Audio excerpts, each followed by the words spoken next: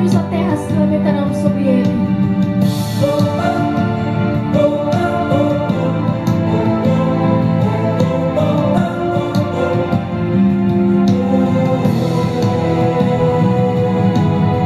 Maravilhoso conselheiro, príncipe da paz, tomou a chave do inferno das mãos de Satanás. Então prepare-se, igreja, pois o noivo chegará para buscar a tua noiva.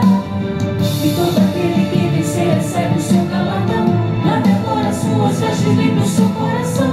Ser fiel até a morte, tu receberás a coroa da vida. Ele vem me buscar. Ele vem, está chegando a hora.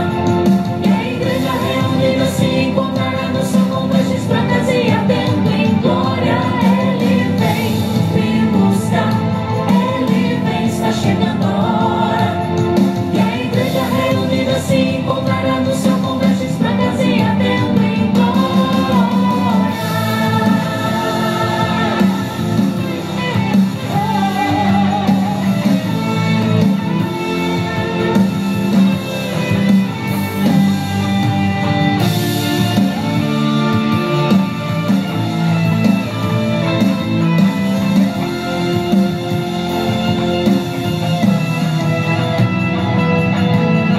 Maravilhoso conselheiro, príncipe da paz, tomou a chave do inferno das mãos de Satanás. Então prepare-se, igreja, pois o noivo chegará para buscar a tua noiva.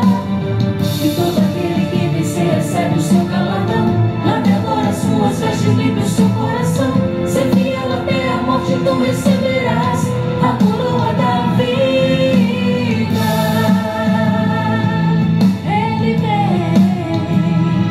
Ele vem me buscar. Ele vem, está chegando a hora. E a igreja reunida se encontrará no céu com vestes brancas e ardendo em glória. Ele vem me buscar.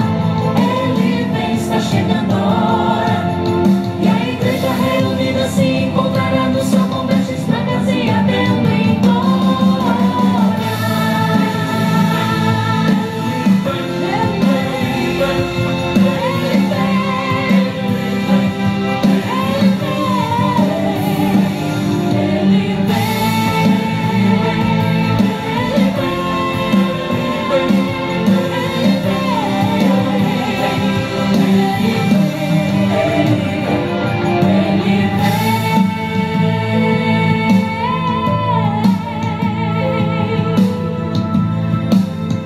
Prepare-se, igreja, pois o noivo vem.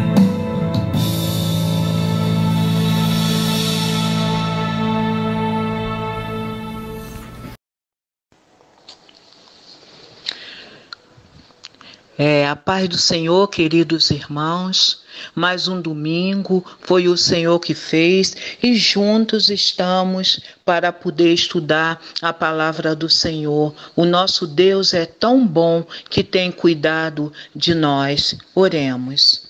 Senhor, nosso Deus, nosso Pai, como nós te louvamos, meu Pai, te agradecemos pela tua misericórdia, pelo teu favor imerecido nas nossas vidas. Se não fosse a tua misericórdia que se renova a cada dia nas nossas vidas, nós já teríamos sido consumidos. Senhor, muito obrigado, Pai. E nós queremos nessa manhã colocar diante de ti o teu servo que vai trazer o estudo para nós. Continue, Pai, dando a ele sabedoria, unção, vindo do alto céu, para que possa estar ministrando a tua palavra para nós. Usa-o conforme o teu querer, a tua vontade. E eu venho te pedir, Pai, em nome de Jesus, prepara a sua igreja, motiva os nossos corações, para que junto possamos estar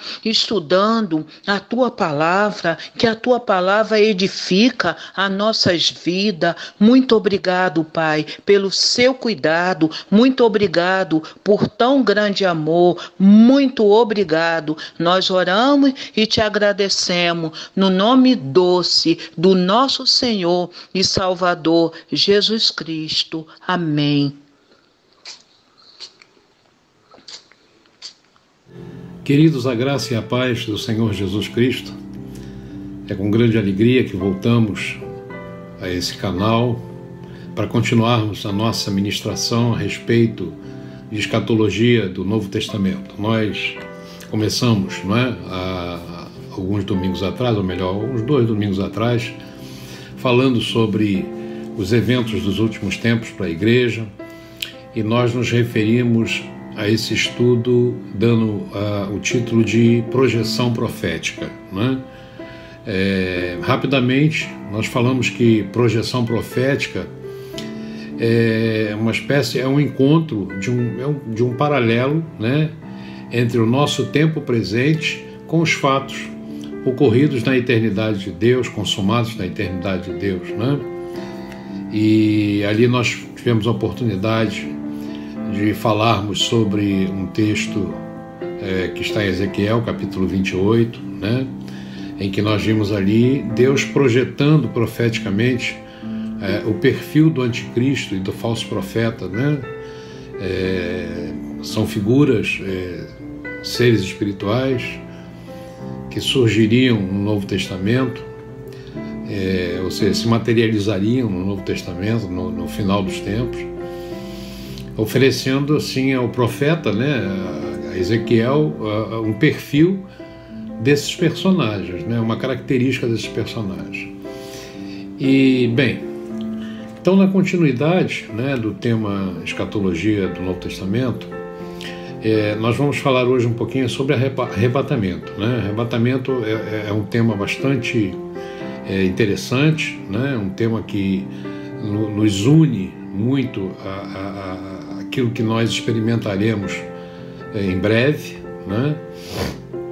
E nós podemos com tranquilidade adentrar pela palavra o conhecimento desse tema, e eu quero também ir com bastante cuidado, com bastante calma, para que nós possamos entender de uma forma tranquila, né? De uma forma bastante simples, né?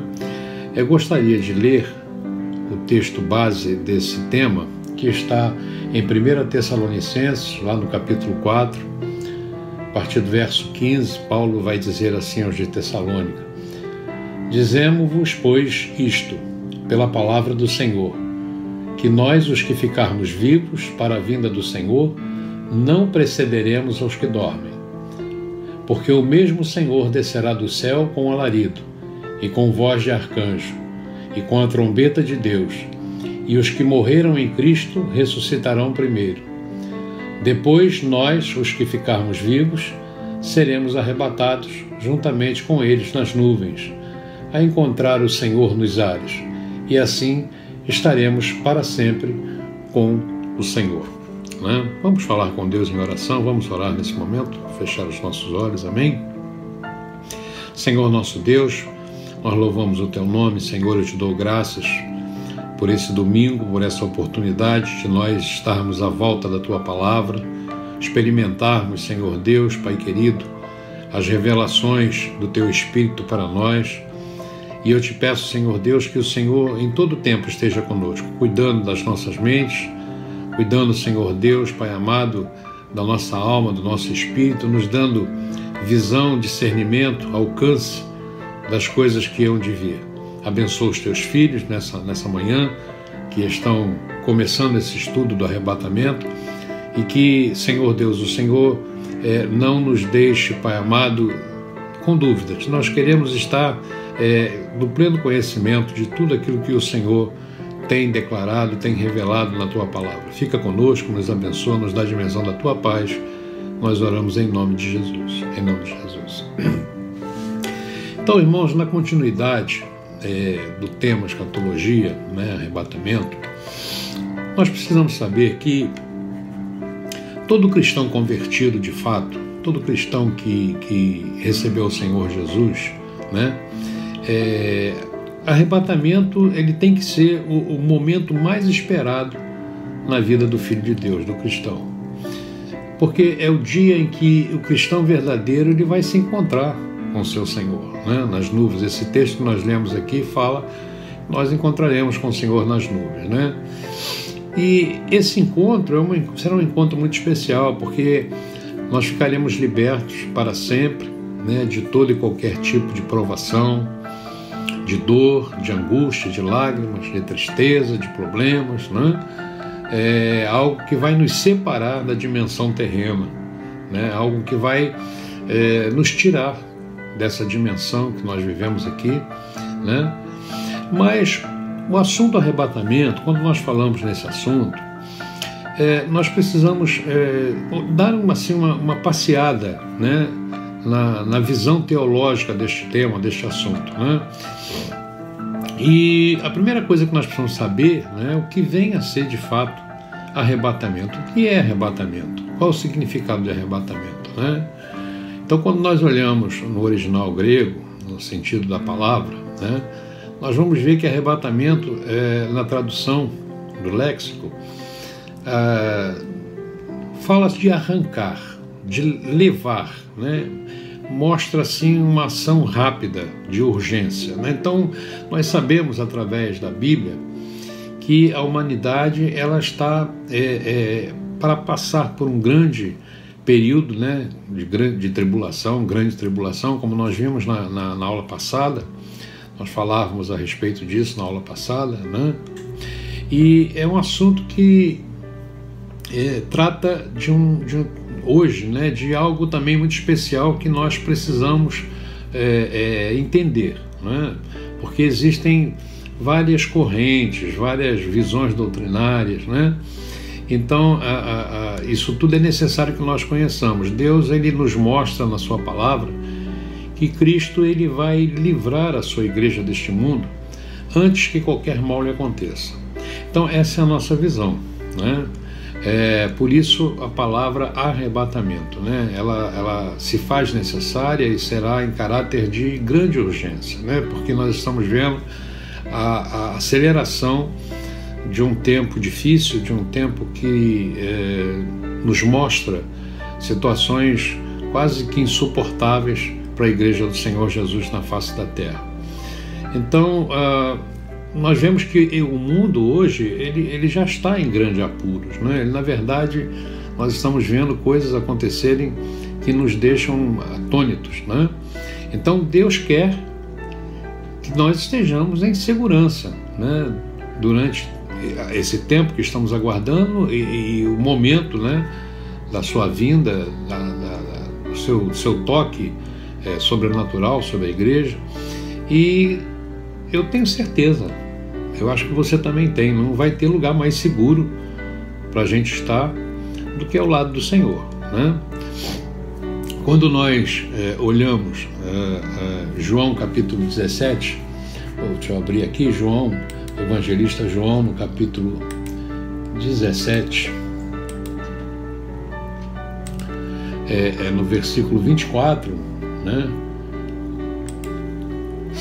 Nós vamos ver João dizendo o seguinte: Pai, aquele que me deste, quero que onde eu estiver, também eles estejam comigo, para que vejam a minha glória que me destes, porque tu me amastes antes da fundação do mundo. Então, nós vemos aqui que há alguém também muito interessado nesse dia, que é o próprio Senhor Jesus Cristo, né? Então, ele quer, ele pede a Deus, ele pede ao Pai, para que onde ele esteja, né, nós também estejamos com ele. É desejo do coração dele, né? E voltando lá em 1 Tessalonicenses, a gente vai... 1 Tessalonicenses, deixa eu voltar aqui no 1 Tessalonicenses capítulo 1, no verso 10, nós vamos ver lá escrito o seguinte: e esperar dos céus, né, a seu Filho, a quem ressuscitou entre os mortos, né, aguardar dos céus a Jesus, a quem ele ressuscitou entre os mortos, a saber, que nos livra, que vai nos livrar da ira futura. Então esse texto fala que a vinda de Jesus, a volta de Jesus, ela tem um objetivo de nos livrar da ira vindoura, né? Porque a grande tribulação, na verdade, é a ira de Deus contra toda a iniquidade. Deus, ele vai livrar a sua igreja da tribulação, né? Dessa forma, né? Através do arrebatamento. Então ele vai livrar a sua igreja dessa ira que está por vir, né? Então é a única maneira de livrar a igreja, né? De tirar a igreja desse contexto de luta, de batalha, de tempo terrível, né? É tirando a sua igreja do mundo, né? Antes que a tribulação aconteça, né? Então, embora essa seja a nossa visão, a nossa doutrina, a doutrina da nossa igreja, o nosso ministério, né? Nós sabemos que existem outras correntes, né? Há outras visões teológicas a esse respeito, né? E nós vamos dar uma passeada antes, né? Para nós entendermos essas visões teológicas. E eu quero apresentar de forma resumida, né? Pontos de vista que são mais comuns, né? Sobre o arrebatamento. A primeira visão que eu quero falar é a doutrina do pré-tribulacionismo, né? Que é a nossa doutrina, que é o que nós cremos, e é o que nós ensinamos, é o que nós pregamos. Então, essa doutrina, ela defende que a Igreja de Cristo, ela será arrebatada, retirada da terra, antes que se inicie o período da grande tribulação. Nós somos pré-tribulacionistas, né? Então, nessa doutrina, ela é interpretada, né? Se interpretam as profecias bíblicas de forma literal, né? Então o método de interpretação é literal e tem grande base no dispensacionalismo, né? Ou seja, as dispensações. Nós vamos ter um estudo, eu gostaria de fazer um estudo sobre as dispensações na Bíblia, né? As 7 dispensações. E essas dispensações, elas nos mostram, né? Que Israel e a igreja são 2 grupos distintos, né? Então Deus tem um plano exclusivo tanto para Israel quanto para a igreja. É o que nós entendemos e é o que nós seguimos como doutrina. Então a grande tribulação, ela na verdade é uma dispensação, né? E Deus, ele tem um objetivo com a grande tribulação, né? Esse objetivo é a fim de tratar com Israel e não com a igreja, né? Por que não com a igreja? Vamos entender isso, né? Porque a igreja, né, já teve o seu período de dispensação, né? A dispensação da graça, já teve o seu período vamos dizer assim, de oferecimento de salvação, e através de Cristo entrou nesse período da graça, né? E nós vemos aí as 70 semanas de Daniel, como foi explicado na aula passada, né? Elas estão determinadas para Israel e não para a igreja, né? Eu gostaria muito de fazer esse estudo sobre dispensações para a gente entender um pouquinho mais isso. Mas nós vamos perceber que Deus tem de fato um objetivo diferente para cada um desses grupos, tanto para Israel como para a igreja, né? Na grande tribulação, né, o objetivo maior de Deus, nós cremos que é repreender, é castigar e educar Israel, né, com uma vara de juízo, né? Preparando os judeus, né, para, enfim, aceitarem a Cristo. Quando Jesus, ele fala, veio para os seus e os seus não receberam, Israel ainda não reconhece Jesus como Messias, né? Então, nós vemos que Deus, ele quer tratar com Israel até que Israel reconheça, né, Cristo como o Messias enviado, Messias prometido. Quando nós lemos no livro do profeta Ezequiel, capítulo 20, a partir do verso 37, deixa eu abrir aqui rapidamente, Ezequiel,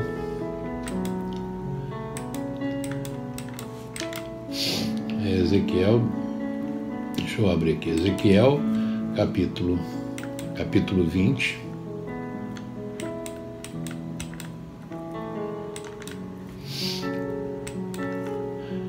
A partir do verso 37, né, nós vamos ler.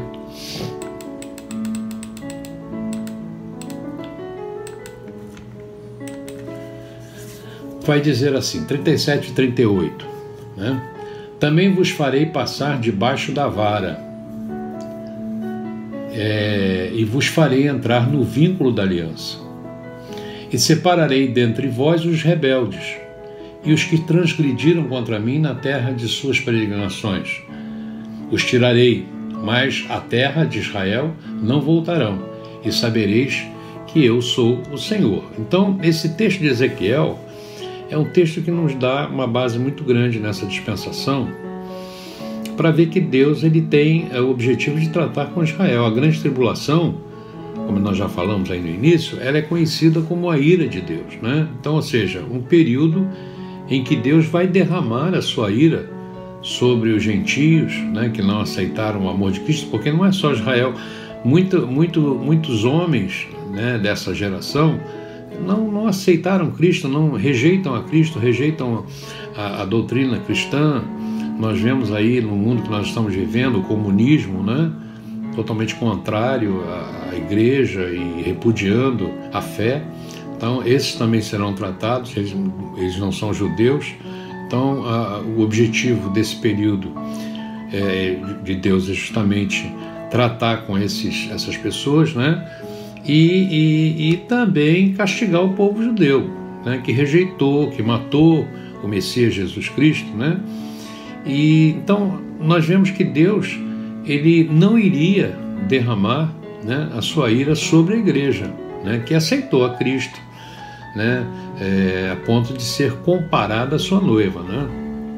Então é um tempo em que nós vemos isso com muita clareza, né? Agora, a grande tribulação, irmãos, não é o mesmo que tribulação, vamos entender isso, né? A grande tribulação é uma dispensação, é um período de tempo em que haverá grandes eventos no mundo inteiro, eu diria catástrofes no mundo inteiro, né? Um mal generalizado acontecendo num período, como nós estamos vendo aí nas semanas de Daniel, de 7 anos, né? A última semana de anos, né? Não se comparando em nada ao momento mal que nós possamos estar vivendo aqui, né? Nós estamos vivendo um período difícil, não resta a menor dúvida, né? Mas isso não é a grande tribulação, né? Essa grande tribulação ela está por acontecer. E nós vemos aí que o mundo está, por exemplo, em crise financeira, desemprego, perseguição, né, isolada. Então, ao contrário, né, daquilo que se possa imaginar, a grande tribulação não é tribulação. Tribulação é uma coisa, a grande tribulação será outra coisa. Então, a nossa doutrina é que a igreja será retirada deste mundo antes que a grande tribulação aconteça. Nós somos pré-tribulacionistas, né? Nós cremos nisso. Agora, ao contrário dessa doutrina, vem a doutrina pós-tribulacionista, né? Cuja interpretação é diferente, né? Nós falamos da nossa interpretação dos textos proféticos, né? Essa interpretação do pós-tribulacionismo, ela é alegórica, ela usa um método chamado método alegórico, né? Ela sustenta que a igreja passará pela grande tribulação, ou seja, doutrina pós-tribulacionista, né? Então, ela passará, essa doutrina diz que a igreja passará por essa tribulação, mas que a igreja não vai estar sujeita a essa ira de Deus, né? Que a ira de Deus ela será derramada sobre os gentios incrédulos, né? E a igreja apenas estará vivendo nesse ambiente, passando por tribulações, perseguições, né? Na grande tribulação. E eles também baseiam, né, a sua doutrina em alguns aspectos alegóricos, né? Nós vemos, por exemplo, que a afirmativa, existe um estudo teológico que fala sobre um tema que chama-se angústia de Jacó, né? Ou seja, a grande tribulação seria para Israel e para a igreja, né? Porque Jacó, ele pertencia ao povo de Deus, né? Uma representação do povo de Deus. Então, ou seja, tanto a igreja como Israel não serão poupados, né? Como na angústia de Jacó. Nós vemos isso, eles baseiam em Jeremias capítulo 30, versículo 7. Vou colocar aqui na minha agenda, estou usando a agenda eletrônica. Jeremias 30, deixa eu chegar aqui, Jeremias 30, versículo 7. Jeremias 30, versículo 7. Diz assim: porque aquele dia é tão grande que não houve outro semelhante, e é tempo de angústia para Jacó.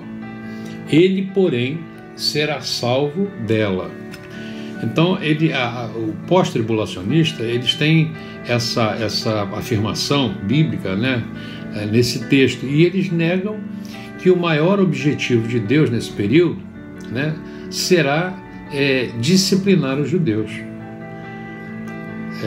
Eles acham que os judeus não serão disciplinados. Eles defendem apenas que Deus vai derramar um julgamento sobre o pecado, né? Então eles negam o cumprimento futuro das 70 semanas de Daniel, né? Eles têm uma outra visão a respeito das semanas de Daniel. Então eles alegam que será um cumprimento histórico, né? E sem grandes valores, né, para a escatologia, porque já se cumpriu quase que em toda a sua totalidade para eles, né? Então, também nós temos aí uma outra vertente, né, de visão sobre a tribulação, que é a mid-tribulacionista, né? Então, nós temos a pré-tribulacionista, temos a pós-tribulacionista e temos a mid-tribulacionista, que interpreta a doutrina do arrebatamento, afirmando que a igreja passará por parte da grande tribulação. Ou seja, pela primeira parte, isso aí é um pouquinho, precisa a gente ter um pouquinho de cuidado, porque não é que seja difícil, mas a gente precisa ter atenção, né? Então, os mid-tribulacionistas, eles dizem que a primeira parte, né, são descritos pelos 42 meses descritos lá em Apocalipse 11. Vamos lá em Apocalipse 11. Nós vamos ver. Apocalipse 11. Só um pouquinho, irmãos. Eu estou tentando trabalhar aqui com a agenda eletrônica, é mais fácil, né? Capítulo 11, né? Verso 1 e 2. Lá está escrito assim: e foi-me dada uma cana semelhante a uma vara. E chegou o anjo e disse: levanta-te e mede o templo de Deus e o altar e os que neles adoram, e deixa o átrio que está de fora do templo, e não o meças, porque foi dado às nações, e pisarão a cidade a cidade santa por 42 meses. Então eles afirmam que eles baseiam, né, que essa primeira parte, né, da grande tribulação será de 42 meses, né, baseado nesse texto de Apocalipse. Ou também afirmam que pode ser, quando a gente vai em Apocalipse 12, né, um pouquinho mais na frente, Apocalipse 12, lá no verso 6, vai estar escrito assim: e a mulher fugiu para o deserto, onde já tinha lugar. Essa mulher é uma figura da igreja, né? Então diz assim: e a mulher fugiu para o deserto, onde já tinha lugar preparado por Deus, para que ali fosse alimentada durante 1260 dias. Então, e eles, não é só nessas questões, né, que eles têm essa visão doutrinária. Quando nós olhamos também no versículo 14, nós vamos ver lá que está escrito assim: e foram dadas à mulher 2 asas de grande águia, para que voasse para o deserto, ao seu lugar, onde é sustentada por um tempo, em tempos e metade de um tempo, fora da visão da serpente, né? Então aqui os mid-tribulacionistas estão dizendo que essa mulher, que é a igreja, ela será levada por um tempo, né? E aí é uma questão interpretativa, né? Que fala de um tempo, metade de um tempo, né? Enfim, é uma questão teológica, né? Será mantida fora da vista da serpente, ou seja, fora do governo do anticristo, fora da opressão do anticristo, fora daqueles momentos de grande angústia, né? Ou seja, seria um período em que não haveria o chamado derramamento da ira de Deus sobre a igreja, né? Então a igreja estaria exposta, ou melhor, a igreja não estaria exposta a nenhum juízo ou castigo de Deus, né? Porque foi socorrida a tempo. Então essa é uma outra visão. E ainda existe uma outra vertente teológica a respeito do arrebatamento, que fala do arrebatamento parcial, né? É quase que semelhante aí ao mid-tribulacionismo, né? Mas essa corrente doutrinária ela não se aprofunda sobre o que acontecerá no arrebatamento da igreja. Se no começo, se no fim da grande tribulação, ela não se localiza aí, né? Mas defende que nem todos os crentes serão arrebatados. Então é uma visão, é uma linha doutrinária também, né? Que nem todos os crentes, é uma coisa parcial, né? Apenas os que estiverem vigiando e esperando por esse acontecimento, né? Nós já falamos a respeito disso, porque existem textos bíblicos que falam no Evangelho de Lucas, no capítulo 21, verso 36. Vamos lá em Lucas, para nós vermos isso com mais... Lucas, né? Capítulo 21, verso 36. Capítulo 21, verso 36. Só um pouquinho, irmãos. Aqui. Diz assim: vigiai, pois, em todo o tempo, orando para que sejais havidos por dignos de evitar todas estas coisas que hão de acontecer e de estar em pé diante do Filho do Homem, né? Então é uma visão de que muitos vão estar vigiando e muitos não vão estar vigiando. Nós pregamos, inclusive, algumas coisas referentes a isso, né? Nós falamos disso, mas nós falamos disso com uma outra visão, né? Então o que nós temos, depois do que nós vimos aí, dessas vertentes, dessas doutrinas sobre o assunto de arrebatamento, vem a pergunta: por que o arrebatamento? Por que é tão necessário o arrebatamento? Como é que nós podemos entender esse assunto? Então, resumindo, nós podemos afirmar que o arrebatamento é para fazer, em primeiro lugar, a diferença entre o justo e o injusto, né? E para recompensar, através dos galardões, aqueles que foram fiéis, aqueles que se mantiveram dentro da linha, da proposta de Deus para a salvação, para premiar, né? Nós vemos ali, para premiar os vitoriosos, né? E não deixar a igreja na tribulação, né? Nós temos vários textos bíblicos. Se os irmãos quiserem anotar, eu posso citar Provérbios, por exemplo, 11, versículo 8, né? Nós temos Apocalipse 22, versículo 12, temos Apocalipse 3, versículo 5, Apocalipse 6, versículo 12 e 17, 1 Tessalonicenses, capítulo 1 e 10, né? 1 Tessalonicenses, capítulo 5, e por último, né? Um dos motivos do arrebatamento é para que nós estejamos realmente vencendo definitivamente a morte, né? Está lá em 1 Coríntios 15, 51, 54. Vamos ver 1 Coríntios 15, Novo Testamento, lógico, né?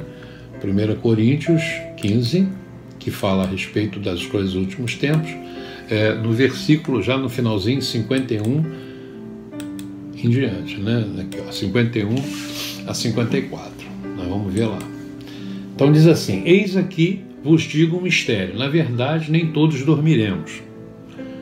Ou seja, nem todos nós vamos ter morrido na volta de Cristo. Nós não sabemos quando vai ser, mas também não sabemos quando vamos morrer, né?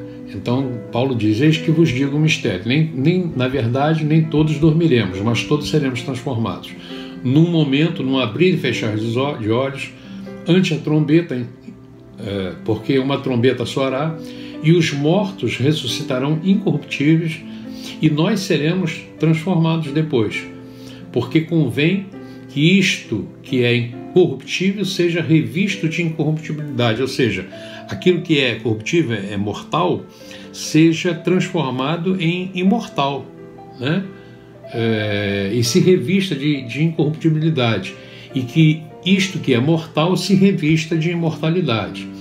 E quando isto que é corruptível se revestir de incorruptibilidade, e isto que é mortal se revestir de imortalidade, então cumprir-se-á a palavra que está escrita: tragada foi a morte na vitória.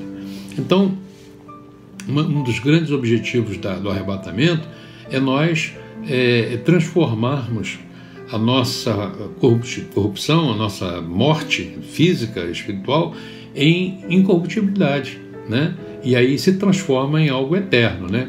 Como nós demonstramos acima, a igreja, nós cremos assim, não passará pela grande tribulação, né? Paulo diz que Jesus Cristo, ele vai nos livrar dessa ira vindoura. Nos livrar não é o mesmo que nos ajudar a passar pelo mal, não é isso, né? Isso já aconteceu antes, na dispensação da graça, né? E sim nos livrar de não passar, né, o mal. Então, não é nos livrar do mal, mas nos abençoar, né, não passando pelo mal, né?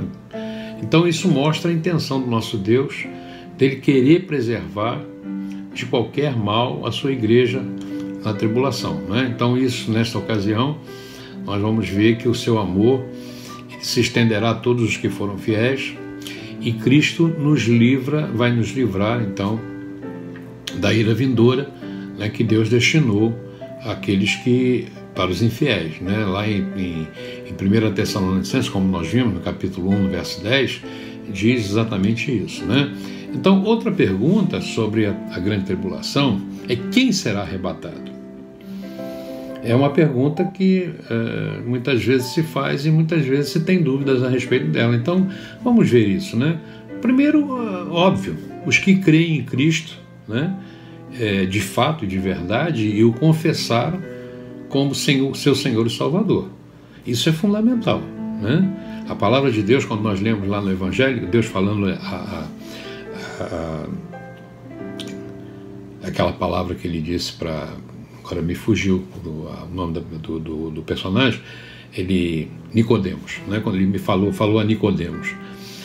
Nicodemos, é necessário nascer de novo para que você veja o reino dos céus. Depois ele fala: mas é necessário que você nasça do Espírito, da água e do Espírito, para entrar no reino dos céus.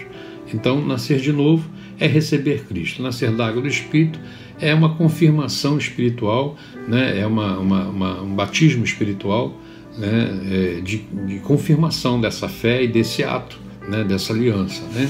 Então, a primeira, quem vai ser arrebatado, lógico, evidente, os cristãos verdadeiros, né? Os que ouviram a palavra, os que creram e os que confessaram Cristo, né? Segundo, na sequência disso, os que amam a vinda de Cristo, né? Nós precisamos amar, nós precisamos desejar isso, precisamos crer isso, né? Em João capítulo 3, verso 18, nos fala disso, que nós precisamos amar a vinda de Cristo. Será num abrir e fechar de olhos, como diz aqui, e o arrebatamento da igreja será algo que não será visto por todos aqui na terra, né? Nem todos serão testemunhas oculares disso, né? E também não vai ser algo demorado, né? Como pensam algumas pessoas, mas muito rápido, né? E nós não seremos os únicos, como disse no início, a esperar por esse evento maravilhoso. Jesus Cristo, o próprio Cristo, ele espera que este dia chegue, né? Determinado pelo Pai, para que ele possa vir buscar aqueles que são seus, aqueles que ele salvou, né? Então, não vai dar tempo, irmãos, né? De despedidas, de tchau, tchau, estou indo, beijinhos, abraços, não vai dar tempo, etc, etc, etc, porque o que acontece? Muitos se atrasam, né, nos seus compromissos, nos seus atos, mas Deus não. Deus, ele tem o tempo dele e ele cumprirá, né, como está cumprindo até agora aquilo que está na palavra. Então diz o texto que nós não precederemos aos que dormem, ou seja, nós não seremos arrebatados antes que os que dormem sejam ressuscitados, né? Isso está lá em 1 Tessalonicenses, capítulo 4, né? Então, de acordo com Paulo, com o que ele nos ensina, os que já faleceram, os que já passaram dessa vida em Cristo, salvos, terão o privilégio do arrebatamento da igreja. Nesse dia Deus dará a ordem para que os anjos soem as suas trombetas, né? Eles chamarão inicialmente os mortos e em vida, né? Que quando estavam vivos se entregaram a Cristo, né? E eles ressuscitarão recebendo um corpo incorruptível, né? Então nesse dia se cumprirá a palavra que foi dita pelo profeta Isaías, lá no capítulo 25, verso 8, quando ele diz: estragada foi a morte na vitória, né? Então é uma palavra, também é uma projeção profética de Isaías para esse tempo, né? E quando nós olhamos em 1 Coríntios, como nós lemos no capítulo 15, né, nós vamos ver que logo depois nós seremos transladados, seremos arrebatados e também revestidos de incorruptibilidade, um corpo glorioso. Então todo aquele que for arrebatado e também aqueles que ressuscitarem em Cristo, o que vai acontecer? Todos terão um corpo tão glorioso, né, como aconteceu com o Senhor Jesus Cristo quando ressuscitou dos mortos, né? Então com isso nós não sentiremos mais dor, não teremos mais sentimentos humanos, né? Coisas que nos machucam, são os espinhos que nós temos ensinado, porque o corpo possuirá uma incorruptibilidade, ou seja, uma beleza inigualável. Será, eu creio, eu não tenho como descrever, mas eu creio que será algo tão maravilhoso, né, que nós nem saberemos como definir esse corpo. E isto será para sempre, né? Até mesmo no reinado de Cristo, né, no milênio, porque também pretendo fazer um estudo a respeito de milênio separado para nós entendermos o que é o milênio, que serão 1000 anos, né, de reinado de Cristo aqui nessa terra.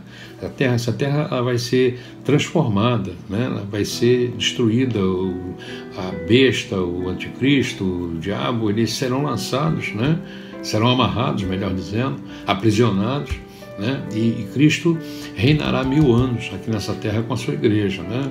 Então esse reinado será com corpos incorruptíveis, né, que receberemos ali no momento do arrebatamento. Então, sabendo que Deus ele não faz nada incompleto, né, o que acontece? Nós não receberemos só corpos incorruptíveis, mas nós receberemos também vestes celestiais, né, que é algo muito lindo também para nossa mente imaginar, né? Essas vestes, está lá em Apocalipse 19, nós já lemos muito esse texto, fala sobre o valor, a beleza, né, dessas vestes, que serão vestes feitas com os atos de justiça dos santos, né, como diz lá em Apocalipse. Então os santos no arrebatamento irão se vestir daquilo que já possuem, né? A justiça que praticaram na terra se transformará em vestes celestiais. Quando eu digo a justiça que praticaram na terra, foi a justiça feita através de Jesus Cristo, né, que nos deu direito, que nos deu autoridade, unção, né, e de praticar atos que glorificassem o nome do Senhor. Então, depois de saber de tudo que nós falamos, né, nós podemos imaginar, irmãos, que a vida na terra ela será uma coisa muito difícil durante a grande tribulação, né? O corpo humano, hoje nós estamos aflitos aí com essa pandemia, né? Com essa questão da pandemia, mas na grande tribulação eu creio que isso se intensificará de uma forma muito, muito grande, muito forte, né? O corpo será exposto a grandes doenças, a uma criminalidade desenfreada, muito mais do que nós estamos vendo aí, né?